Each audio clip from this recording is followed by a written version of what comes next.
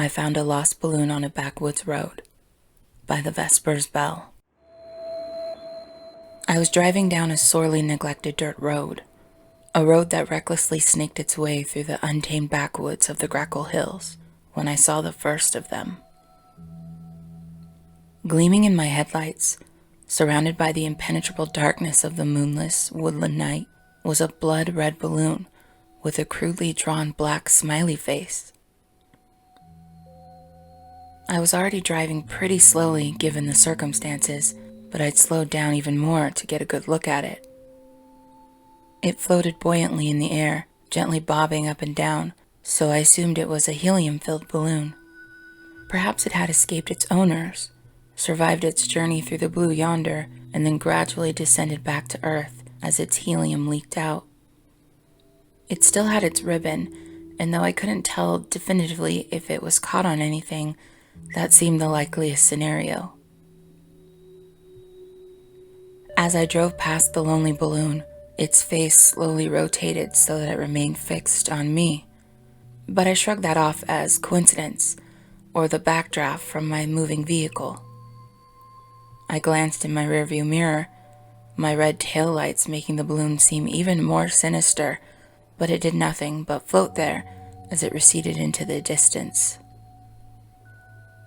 It was definitely odd to find a balloon floating out in the backwoods, odd and creepy, but it was by no means inexplicable, so I drove on without giving it much thought.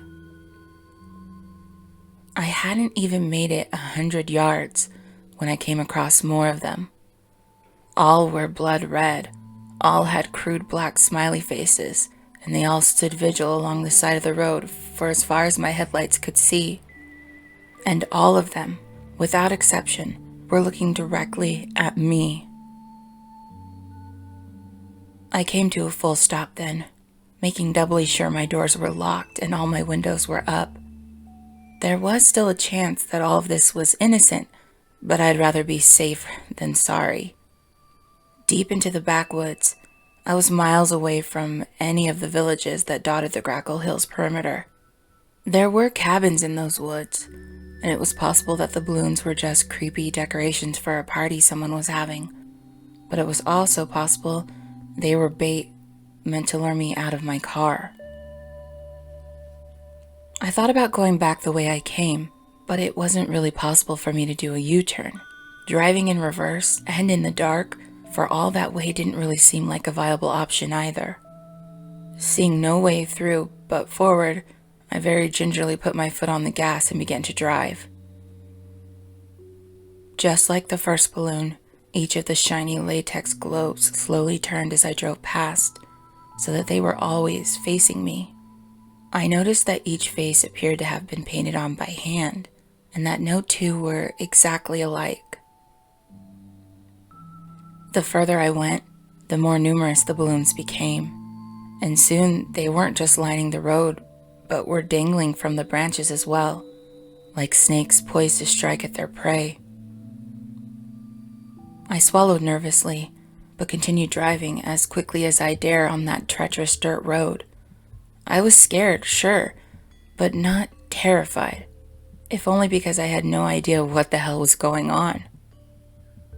There must have been hundreds of balloons out there. Even if it was a trap or a prank of some kind, what sort of lunatic would go to so much trouble? And how were their faces tracking me? I was contemplating the possibility that maybe they all had some sort of heat sensor and gyroscope inside of them when I first saw one skitter across the road.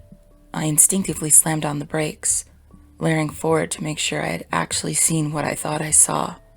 I tried to rationalize it, told myself it was just the wind, even though there was no wind, and that none of the other balloons had moved at all. As I sat there, staring out at the siege of balloons in disbelief, I failed to notice one of them drifting down from a branch and coiling its ribbons around my antenna, firmly latching itself to my car. It lunged towards me then, impotently bouncing off the windshield with a small thud. I still screamed though, and that's when I started to hear the giggling. First, it was just from the one balloon on my antenna, So soft, I wasn't even sure it was real. But one by one, all of the other balloons started giggling, their voices high and chipmunk-like from the helium, and the reality of it was undeniable. They began moving en masse then, a few darting about wildly, but most circling my vehicle in a clockwise swirl. Screaming, I hit the gas and plowed through the red rubber cloud as quickly as I could. Still giggling, still laughing, they chased after my car like a host of sperm chasing after an egg, their tail ribbons flagellating wildly as they swam through the air.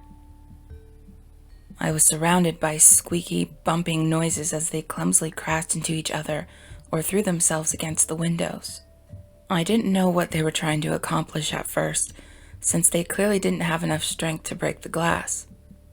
But as I slowed to take a curve, a few dozen managed to catch up and immediately conjugated in front of my windshield. They were trying to block my view and make me crash, either to kill me outright or at least to break the windows open. I turned my windshield wipers on to maximum speed, which proved surprisingly effective at dispersing the swarm. One was especially tenacious though, headbutting my window again and again until it got sandwiched between the wiper blades, popping it instantly.